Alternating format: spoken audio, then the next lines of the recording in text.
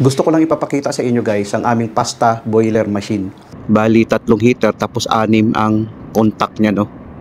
Yan, isang heater, 2 heater, 3 heater. Tapos yung wire naman niya guys, bali 4 yung supply niya, mayroon sang neutral kasi yung heater natin ay 220 volts lang. Bali 4 na wire yan, ang 3 ang 380 volts tapos yung isa naman ay ang 220 volts. Dahil ang heater natin 220 volts, bali nag-reduce the voltage siya, ang connection yan.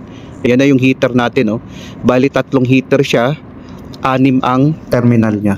Bali ang connection nun guys ay ganito, no. Line 1, itong line 1 natin, no, ilagay natin sa number 1, no. Bali ganun lang natin guys, no, ang connection nito.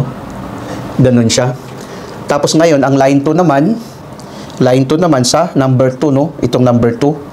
Iganon lang natin guys. Tapos ang sunod naman sa line 3 ay sa number 3, no, dito. Bali iganon lang natin ang connection nito. Iganon lang natin.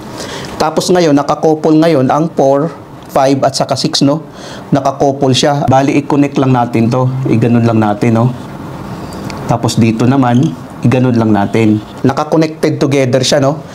Ito guys, kung makikita natin, naka-series yung connection niya, no? Naka-series. Kung makikita natin, no? Naka-series din dito. Pwede rin ito gagamitin guys. Kasi 380 volts yung supply natin, pwede rin ito.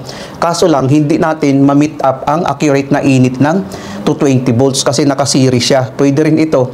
Kaya lang, ang init nito ay gradually. Hindi talaga as in full yung init nito dahil 220 volts ang ating heater. So, ang gagawin natin guys, lagyan natin ng neutral, no? Itong 3 ito, ang 4, 5 at saka 6, 4, 5 at saka 6 naka-connected together, ilagay natin ang neutral dito. Bali, nakakouple ang neutral niya, no? So, itong ganitong setup guys, magbibigay ito ng accurate na init. Yun na yung connection natin sa ating heater kung makikita natin, no? Kung ito siya guys, mag-close ito, mag-close din ito, mag-close ito, magkakaroon ngayon ng power ang ating heater natin, no? Magbibigay siya ng 220 volts. Ang connection nito ay Y connection, 220 volts yan.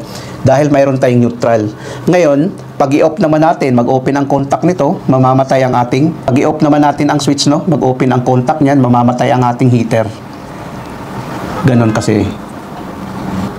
Pag ganito kasing setup guys, 220 volts na ito, nag-reduce the voltage na siya, no?